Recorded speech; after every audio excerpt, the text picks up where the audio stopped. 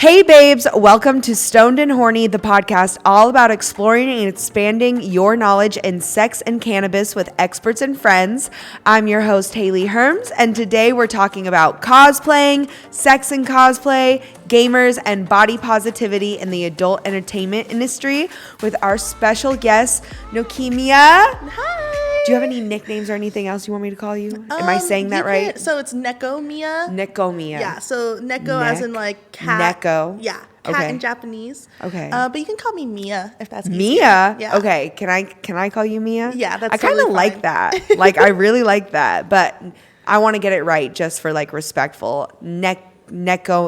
Nekomiiya. Yeah. Nekomiiya. Yeah. Nekomiiya. Yeah. Okay, that I can get that. Nekomiiya. Yeah. But Mia, if I'm Mia's horrible, totally is fine. But I'm gonna get it, girl. But yeah, so we're just gonna dive right into it. So I'm just gonna say, first of all, I love everything about you. I love your page. I love your content. It's so cute. If you guys don't know, she's an OnlyFans superstar, but she's so much more than that. She's a gamer. She's a cosplayer. And I saw this post where she's like, I really want to go on a podcast and talk about cosplaying and what led from cosplay to sex work. And I think you said something like the whole pipeline that goes into it. And I was like, oh my God, how did I not think of this? Because gaming, cosplaying, anime, all of that is so huge right now. And I definitely want to understand it more because I've dated guys. My ex was really into all of that stuff. And I just like, not that I don't get it, but I'm just like, I need to know more. I need more information. And so when I saw you, I was like, oh my God, this is something everyone needs to hear about. If you're not doing it, like you need to hear about it, get at least some knowledge, and maybe you'll want to try it. Yeah. So let's just dive right in. Mm-hmm. Cosplaying, those basics. How did it begin? Take me, paint a picture. Okay, so before we actually get into like dressing up and cosplaying, I definitely need to take you through my journey with anime. Okay. So I watched my first anime when I was in second grade. And when I was a kid, this was definitely not popular. You know, nowadays, like playing video games and watching anime and kind of just being a nerd is a lot more pleasing nowadays and a lot more socially acceptable. And I feel like it was more male oriented. Yes, definitely. So when I was a kid and I told people that I was into anime or, you know, I was watching these shows rather than like American cartoons or whatever, people were like, you're weird, right? Yeah. Stigma. Yeah, exactly. You know, and even from like a young age, I would find like cat headbands and stuff like that because I saw them in anime. So being a cat girl has kind of just been my thing my entire life. Then I got to middle school and I found friends. Well, I found one friend who was into anime and cosplaying as well. And we had never dressed up before. So I was like, oh my God, I really want to go to an anime convention. And I want to dress up and I want to see what that's like. So my first anime convention was Anime Expo in Los Angeles in 2011. And my first cosplay was actually Pinkie Pie from My Little Pony because I was really into My Little Pony. So you would count My Little Pony? Would that count? That's not an anime. It's not really an anime, but like it's still what's known as like a fandom. Okay. You know what I mean? So would you say that like cosplay is different in the sense of cosplay can be almost any, like you have to portray a cartoon? Yeah, so cosplaying isn't just for anime. Cosplaying is for video games, comics, cartoons, anime, you know, anything that involves like a fictional character that is drawn, I would say, or like that involves art. Okay. I mean, you can also cosplay show. Have you ever heard of a show called The Boys? No. Okay, no worries. It's like it's if superheroes were in real life and it has real life actors and people cosplay from that show all the time. Basically cosplaying a fictional character from a fictional universe. Okay. Is essentially what that is. Yeah. So it can be anything under the sun. Okay. So that was my first cosplay experience and my first anime convention experience. And I was like, so enamored with it. I was like, this is going to be my entire personality now. Yes. And it really is. Yeah, it really is. So yeah, that's how I got started. Been doing it since 2011. Wow. Okay, so that's over almost a dozen years. Is a decade 10 or A decade's 10, yeah. Okay, so over a decade. Over a decade. Oh my God. So then from there, so you've been doing this for over a decade, and then you just would you say from then to now that there's like way more like cosplay and anime expos and stuff like that? Well, I think that there are actually less anime conventions than there used to be in the past. Why? Yeah. Why do you think that? I think that there is, well, first of all, I think COVID changed a lot, right? COVID is something that seriously affected everyone, no matter what. And there were a lot of smaller anime conventions that just weren't getting the funding that they needed and couldn't continue through COVID. Wow, that's so true, because that happened in the plus size modeling world, and I'm so sad there's so many fun events that I miss, and especially I think with more marginalized communities, those small but yet big events are so necessary. Yeah. Not to mention that anime conventions can get kind of really crazy. Like how? Like how? Like sexy crazy? Like sexy crazy and also like crazy crazy. And a lot of hotels just don't want to deal with like the mess that people leave behind or the crazy things that people do. One example is there's this anime convention that happens in Ontario, Anime Los Angeles. And one year they found like they had to close it down because they found like a meth lab in one of the rooms. And they were like, we don't want you anime people here anymore. No. Yeah. It wasn't like a cosplay meth lab. It was a real meth lab. Yeah. No, seriously. Yeah. I'm screaming. Like, and then oh my also God. at the same anime convention in a different year, a bunch of cars lit on fire and exploded because of some weird, anime conventions can get pretty insane. Oh shit. Yeah. But shit. there are also lots of orgies, and so I have a question. Is it all ages, or like are they like? So it is all ages. Because anime isn't inherently sexual. Yeah. Right?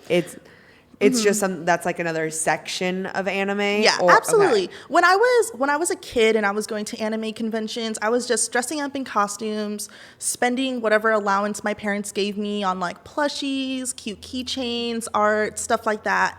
And as I started to get older, I realized, oh, hey, people are cosplaying like sexy versions of anime characters. This looks really fun, and that's something I would love to have the confidence to do when I turn 18.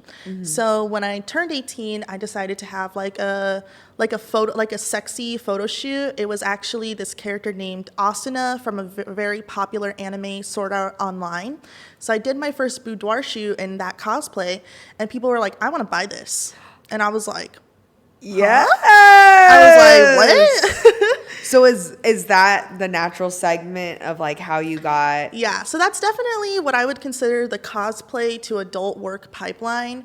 So I started selling my photo sets on Patreon, and essentially I would dress up as a new character every month, go hire a photographer and a studio to take professional photos of me and sell them online. I love that. First off, yes, for investing in yourself. And I love that, like, that was, like, off the jump start. Because so many people, like, they're just so overwhelmed. They don't even know what to do. And I love that you were just like, I'm going to freaking go for it.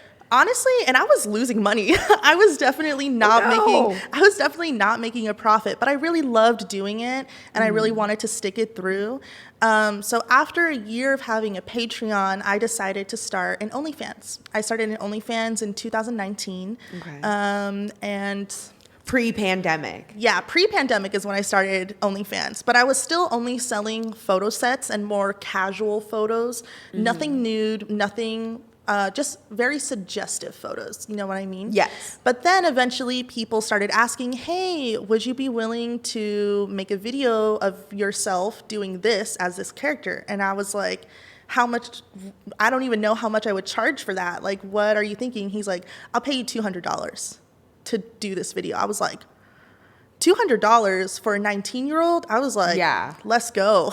Yeah, and you grew up in Los Angeles, correct? Yeah, I was born and raised in the San Fernando Valley. So if you don't know, people, right now the average you need to make on average $45 an hour to live in Los Angeles. So you go, girl. You get your coin. I love that. Yeah. So from there, was it just like you got more like sexual requests, or you were just like, I'm feeling more confident and you wanted to like get more sexy with your cosplay? So it was actually both. Okay. I definitely had a really hard time expressing my sexuality. As a woman, I kind of was taught that, oh, this is very unbecoming of you. Like, you shouldn't do this, blah, blah. But honestly, through and through, I've always been a slut. I'm not going to lie. Okay. I love that. I've always been a really horny girl. And that's okay. Like, girl, get it. Yeah. I wish there was more girls that were just like embracing their horniness. Yeah. And so I kind of viewed doing OnlyFans not only as an outlet to, make money, but also as an outlet for myself. I have definitely become way more confident in myself and my body doing this kind of work. I agree. Yeah. I will say that sometimes it is very easy, I think, in any industry involving looks, to compare yourself to other people and kind of lose yourself. That is very normal, and I think everyone has, those bouts in their mind. Mm-hmm. But at the end of the day, I look at myself in the mirror and I'm like, you're hot. You're sexy. And that's like, I totally agree, because when I first got my OnlyFans, I was like, okay, these people are paying to see me. So it's like, even if like I had this like kind of backwards thought of like, even if someone comes and tries to shit on me, at least they had to like pay me to be negative. You know what I mean? It's crazy how many people do that. Yeah, no, they do. Yeah. That hasn't happened to me yet. Oh yeah. But like that's wild. That's literally wild that they would waste their time and energy. But I'm like, at least like, okay, thanks for your 20. Like, yeah. Like take it, block, But yeah, so I totally relate to when you said that OnlyFans brought you more confidence, and now you're doing more work and more nudity and sex work and things. Porn. Yes. Yeah. Okay. And so I kind of want to talk about that. Do you cosplay in some of your porn? Oh yeah. Okay. So my entire thing is, cat girl, into video games, watching anime. So if I don't feel like dressing up like a specific character, normally I'll kind of just put on a wig like this, put on these ears. I can't tell you how many videos I've made in this. It's so cute though. Yeah. And I love it. When it comes to cosplaying actual characters, sometimes there's just a lot more money involved, because as someone who is plus sized, I don't get to just buy all of my cosplays off of Amazon or AliExpress, right? A lot of the Asian sizings are just not inclusive to my body at all. Even when I was in middle school, I was starting to struggle fitting into the costumes I would buy online just because they were so tiny. So yeah, I normally either have to buy a cosplay and alter it myself to fit me, or I just have to make it from scratch. And that's so much details. I've had a couple of friends that we're not like besties, but I had seen them do stuff for cosplay, and I was like, you have to really love it. Because the time, not only the money for the details, the time it takes to not only put the costumes together, find the costume pieces, put them together, make them, especially like you said, being plus size, it's 10 times harder. Yeah. And your selection is like 1/4. And then on top of that, 1/4, because of the sizing and the problems with size guides, and especially in the plus size world, it's really, really hard. So when you're like navigating that and decorating and everything, do you do you get the personality, you're full like in it, right? Okay, so you're asking if I like role play in characters? Yes. Okay, that's the word. So I personally have never been a role play in person, LARPing. Okay. I've never been. What's it called? LARPing, live action role play. Okay, so if you dress up as cosplay and you role play the character, that would be LARPing. Well, yes. Okay. It doesn't necessarily, LARPing doesn't necessarily only apply to cosplaying. There's like a big community of people who like to kind of dress up as like knights and medieval times. Okay. Think of Ren Fair, right? Yes. Have you ever been to Ren Fair? I've never been, but I've definitely seen So people when go. you see the shopkeepers and stuff and the people that are hired to be there and they're like, you know, I've seen acting the as if TikToks.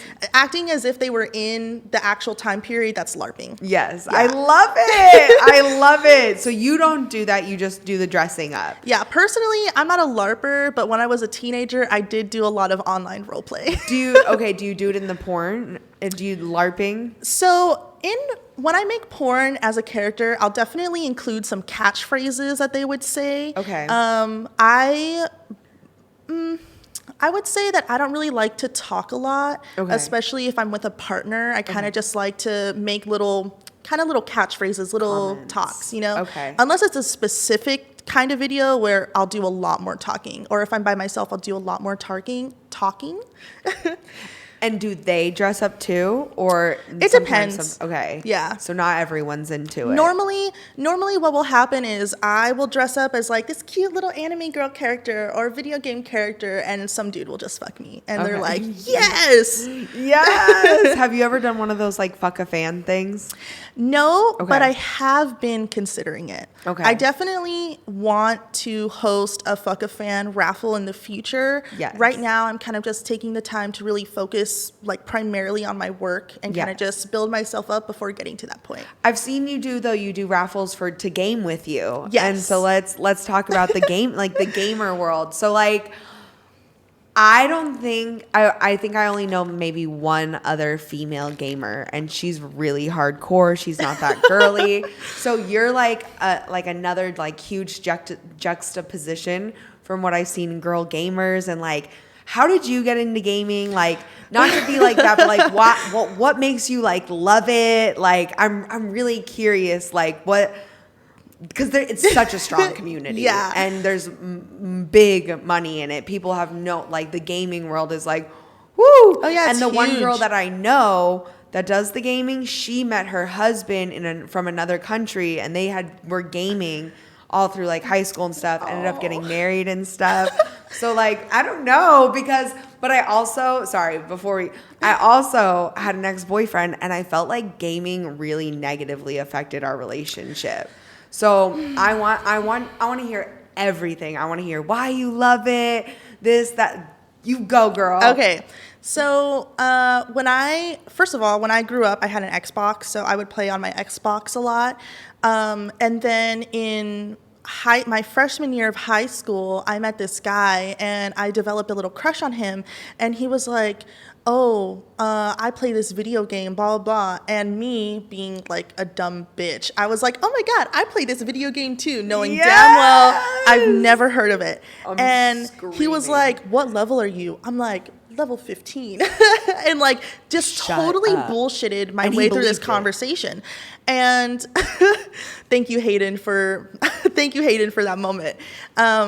I went home that night, and I literally went on my dad's work computer, and I downloaded this game. My dad had a Mac, so that is definitely not a great computer to be playing video games on. Okay. But I was like, whatever, I'm going to use what I have.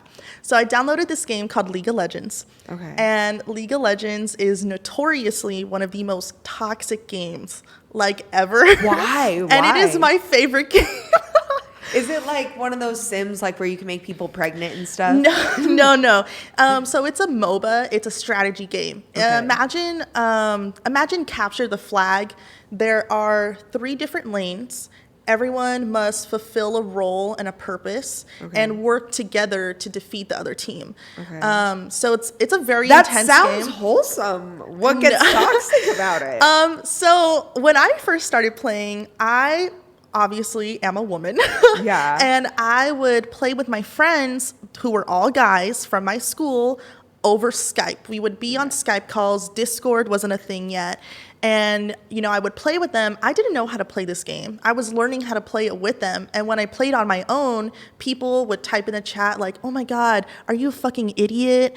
how did you do this wrong? Like, blah, blah. They can't see you, right? No. They Okay. can't see us, and there's no voice, like, You even chat have with a other headphone? games. Okay. There's no voice chat in the game. Otherwise, I think it would be really bad. Okay. But a lot of people would basically flame me for not knowing how to do something. If you die too many times, they're going to be like, you're a feeder. You should uninstall. Like, Oh my God! It got- Jesus! yeah. At first I was like, ouch, that really hurts. But I kept playing the game, and I actually got addicted to the game. And there's a ranking system, and I was able to reach Platinum 2, which is pretty high up there. Okay. And then I realized, oh my God, I'm addicted to this game. And I had to take a break for a year because it was over encompassing my life. Okay, so thank you for sharing that. For like, okay, couple questions. Yeah. I want to talk about like it was encompassing your life, but for a second, because you were the only girl in your gaming squad, were you a hottie patati, or were you just like blending in with the boys? A little bit of both. There were definitely I had maybe 3 different groups of friends that I would play with, and who were all guys. I was literally the only girl. So some of them would be like, "You're just a girl, whatever, blah blah blah." But other times it'd be like, "You're doing so great. Can I buy you a skin?" Like blah blah. And I was like, "Yes, of course." Is a skin like a costume or something? A skin is, so imagine a character in a game. Okay. And they have their default costume. A Okay. skin is basically just another costume for the character. Love it. And it's like the taking in-game- you shopping in the virtual world. Yeah. Yes, so- girl. You were a city girl. Yeah, so I before would be City like, Girls. yeah, okay. A video game city girl. I Yeah. fucking love it. Okay, queen. So, okay, we love that. And then I guess what was happening in your life where you're like, I'm addicted to this, I have to stop? So I started playing this game in 2013. And I was, in high school, going through high school, and I would come home and I would just be like, fuck my homework. I'm going to go play this game. And at some point I would be playing on the computer from, I'm going to say maybe 6 p.m. to 5 a.m. On a school night? on a school night. Then how'd you go to school? Oh, I struggled. I just went through it. I was like, Were you sleeping in class? Like, No. did you ditch? no, I went. Because I'm also the first, I'm the eldest sibling in my family. there's a So lot of academics pressure. are very, yeah. Oh, girl. So then, like, how are you staying awake? Did you take a nap? What's happening? I would take What? a nap maybe through snack time or something. But I was just like, oh. You were like game Oh, or die. Yeah, I was game or die. I just realized I used to mix Red Bulls, Monsters, and like a bunch of other things together to keep myself awake too. At some point, I started drinking Mountain Dew, Monster, and Red Bull mixed together. Yeah. I'm gonna pray for your heart because I used to be addicted to energy drinks, and like so I think some of my heart issues are because of it. We're Yeah. doing testing. We won't get into that. But girl, so you were like, I have a problem because like I guess almost like I'd love to hear your advice when it comes to like if you're dating a gamer. So for example, me and my ex, he would like come home from work. I get it. You're tired. You're this or that. But I feel like the first thing was like, gotta play video games. And it wasn't just like 1 hour, 2 hours. It was like 4 hours. And then like I was a priority.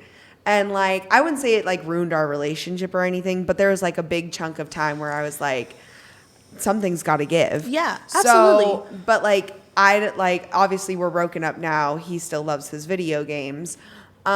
What would you suggest for like someone in that type of relationship, or like how would you get a gamer to see like, hey, I don't care that you game, but like I think it's like truly affecting our relationship? So for anyone watching, if you're dating somebody who continues to prove that they prioritize playing these games instead of you, and you've already tried talking to them and tried, telling them, you just got to leave. I'm going to be honest. There's no easy way to say that.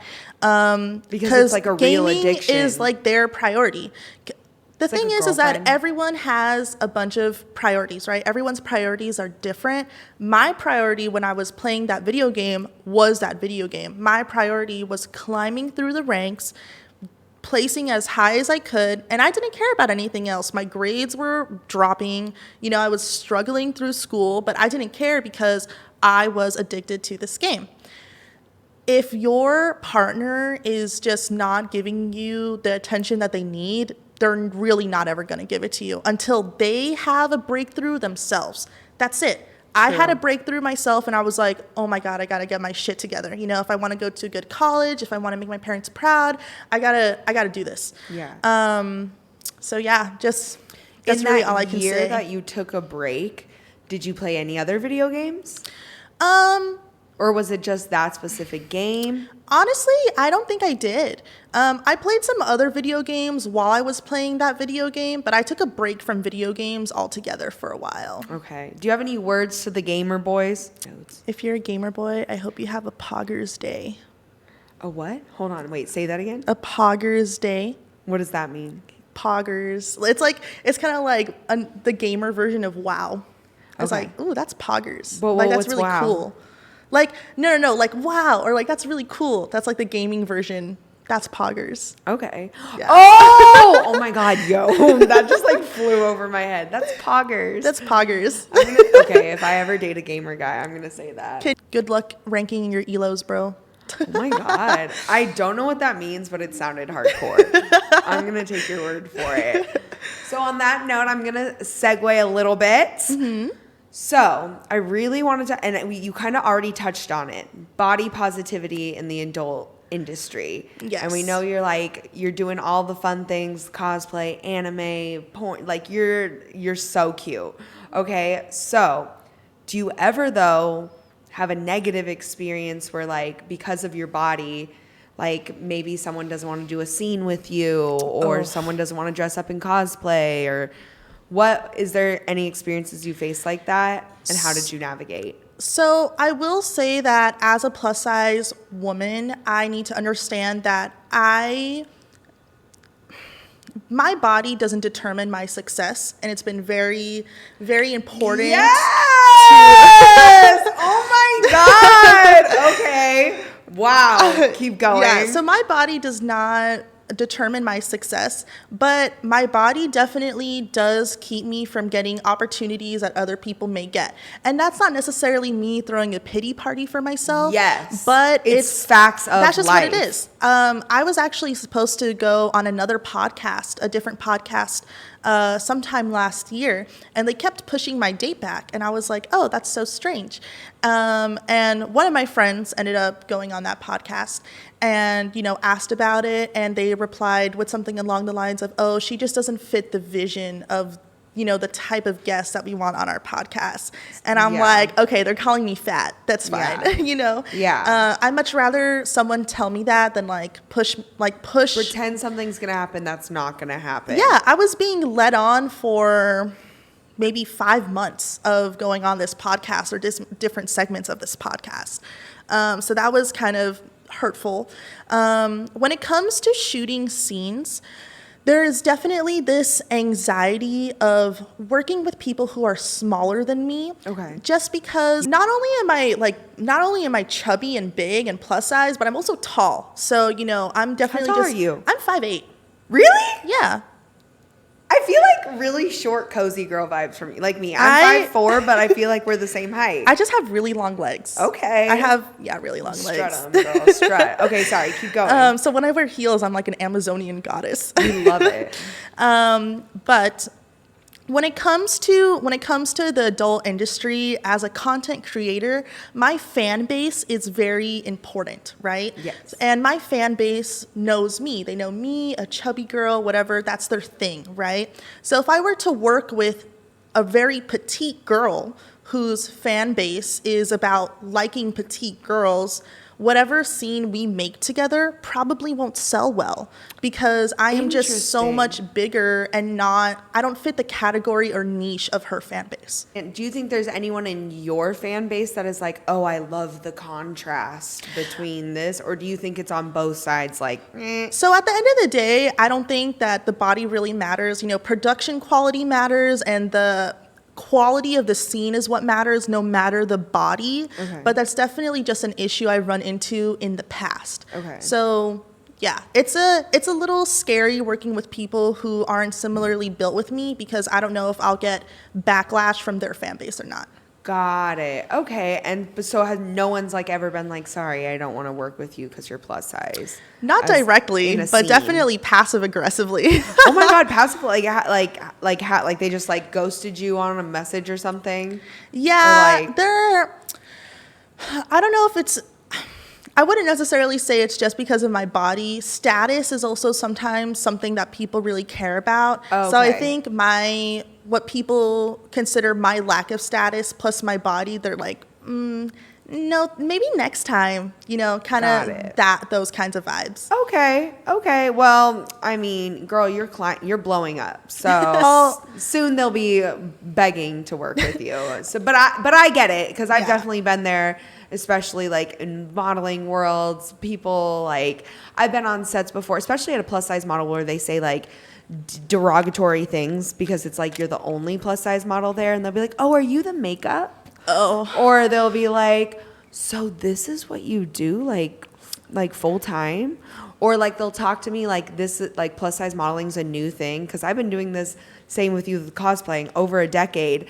And they'll be like, oh my God, like I know they're so inclusive these days. And I'm like, no, oh my God. I've been at this for a long ass time. So it's definitely like having discrimination against being plus size or being disabled or person of color. Yeah. Those are all like big factors no matter what industry you're in. Mm-hmm. So thank you for sharing and being open and vulnerable about that. Overall, I definitely do think that the adult industry is very size inclusive. I'm not saying that. That was my next question. The adult industry is very size inclusive. I see people of all bodies and shapes and colors being successful. Truthfully, at the end of the day, I think if someone is interested in getting into the adult industry, your body isn't like the biggest thing going for you. I'm going to be honest. It's really all about marketing, what you bring to the table, how you do it. Are you different from other creators? Like your niche. Yeah.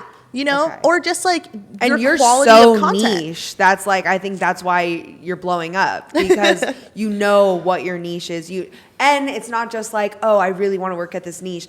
It's something you live and breathe every day. And so I think that's like incredible. And so question though, do you think that you think, because we had an episode last season where we talked about specifically people wanted to see more diversity in porn, whether it was racially or physically. And so I love that you're saying you're seeing this inclusiveness. Do you think that translate over just to porn, or you're seeing it more on the OnlyFans side, or kind of both? Or because I know OnlyFans can be pornographic in an extent, but I also think it's been giving people with a niche platform more like room to grow for more like marginalized communities, whether you're plus size, woman of color, or whatever niches you could be in. So I'm going to touch on something that I wish somebody explained to me sooner, right? So I am an OnlyFans girl, right? I'm an independent content creator. There is a difference between OnlyFans and independent content creation versus mainstream porn, right? So platforms like Brazzers, Vixens, things like that, right? Mainstream porn companies. Yes. I think that as a plus-sized woman, there are only so many websites that cater to, not necessarily cater, but give women shaped like me and plus-sized women in general a chance to succeed in the mainstream porn industry. Okay. I don't work in the mainstream porn industry, so I'm not saying all of this is for sure. I'm just talking about the things that I've noticed and observed. Other independent. But I've noticed that most of the plus size models that I see succeeding and fucking killing the game, they're on OnlyFans. They're on Fansly. They're on their own subscription-based platforms. Okay.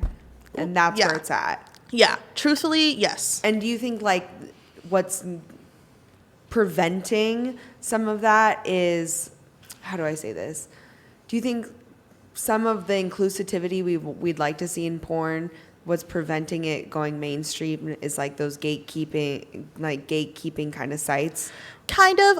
I will say that I see a lot of my plus-sized colleagues and people that I've met in the industry, they get invited by these mainstream companies to do a scene or two, right? Because they're like, because at the end of the day, it really isn't about their body. It's the quality of the content that they're creating. So they're like, wow, you're plus size and you make really good porn. You should come shoot porn with us. Yes. But I truthfully don't think I'm knowledgeable enough to speak on what is stopping plus size women being in more mainstream porn. Okay. You know what I mean? I love that. And I love that, like, you're like, okay, it's maybe not my thing. But I love that you're seeing it more on OnlyFans and independent contractors, because I think that's more where, like, the money is anyways, right? Yeah. Okay. And, like, is the question, Fansly, is that just same thing as OnlyFans? Are you on there? So I am also on Fansly. Okay. I'm the kind of person who can only really focus on one thing at once. Okay. So OnlyFans is my main gig, right? Okay. I'm talking to people on there every day. I'm answering messages. I'm sexting. I'm sending out videos, posting deals, the whole shebang, right? Yeah. My Fansly, I made my Fansly last year or 2 years ago when OnlyFans announced that they were going to stop allowing pornographic content on their platform. That was a very big scare for everybody. Yeah. So I kind of treat my Fansly more as a storefront. Not everybody has the ability to have an OnlyFans account. So if they want to buy like a video, I kind of just post them locked for X amount on my Fansly.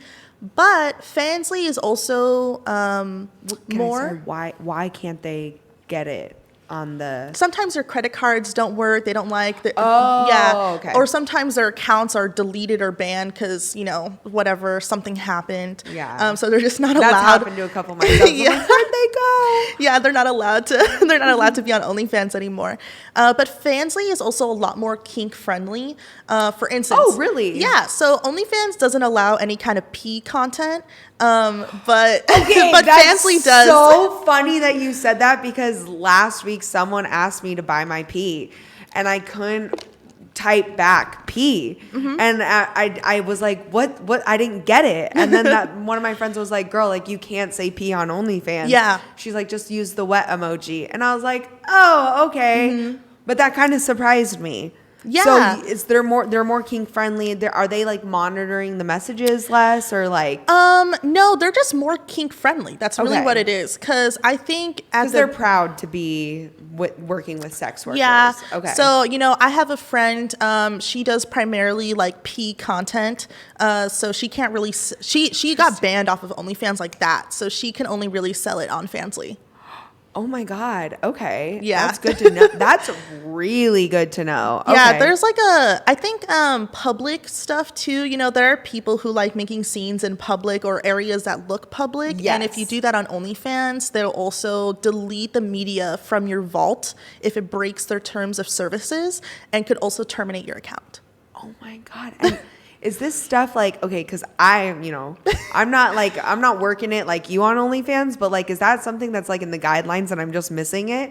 Or you just went no until you've tried it? So truthfully, I have like a lot of group chats with a bunch of other sex workers, and we kind of just talk about the things that we find. There's this one group chat in particular that I'm in where this girl reads the terms and services like through and through of OnlyFans and kind of tells us of any changes, any things she's backbone. she's okay. We love someone who can read, because honey, I know all those words. I'm like, okay, let's just hope I don't do anything wrong. Oh my God, no, you're doing everything right. Yeah.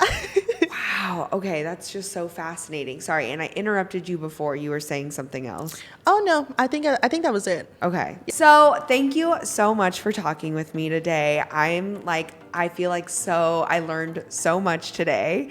And I just want all the people to know where they can find you, you list everything and anything. Yeah. Plug away. So my Instagram is Nekomiiya.VIP, and the way you spell that is NEKOMIIYA.VIP. My Twitter is Nekomiiya_X. And then my TikTok is Nekomiiya.VIP. And your OnlyFans? OnlyFans is just Nekomiiya. If you go to my Instagram, you can find a link in my bio and find all of my other platforms. And it would also be really poggers for you to join my Discord server. Yes. And is Discord where you're gaming, or like what's on there? Oh, that's like a whole other can of worms. Discord, simply put, Discord is basically just a platform where you can have a bunch of communities involving a lot of different games, but a lot of different subjects. But yes, it does cater a lot to gamers. Okay. Yeah. Love that. Oh my God. I feel like I could ask so much about it. But thank you so much for answering the questions we talked about today. That concludes today's episode of Stoned and Horny. Thank you so much for listening. And remember, if you want a chance to join the conversation, to follow us on Instagram at Stoned and Horny Podcast. Leave a comment, and don't forget to follow us. And don't forget to follow us on all our socials to stay updated with the Stoned and Horny news. My name's Hayley Herms, and I'll see you on next week's episode. Thank you so much to Nekomiiya for being here. Yeah, my pleasure. Thank you.